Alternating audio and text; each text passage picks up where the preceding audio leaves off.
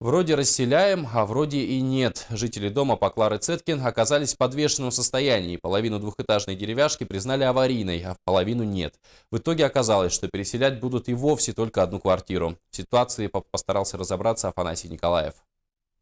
Это естественно, потому что вода, она все рушится. И дети бегают там всё. везде, я вообще не знаю. Мы кое-как ее хоть чуть-чуть отремонтировали, Вот мне сейчас чтобы внука дети приводить, сидели он просто того не не шина. Терпения уже не хватает. Жильцы второго этажа дома по Клары Цеткин 6 оказались в прямом смысле в подвешенном состоянии.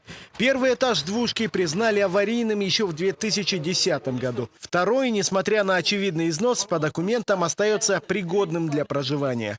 Говорят, что мы будем признаны в 2018 году. На очереди второй этаж. Если первый этаж убрать, как нам жить на втором этаже?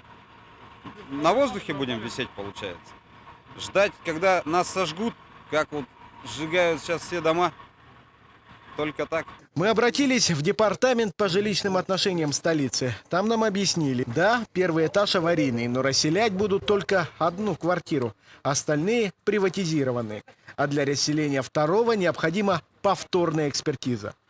В случае обращения всех собственников в адрес межведомственной комиссии при администрации, окружной администрации, то если комиссия признает дом в целом аварийным, тогда дом будет включен в программу сноса редкого аварийного жилья.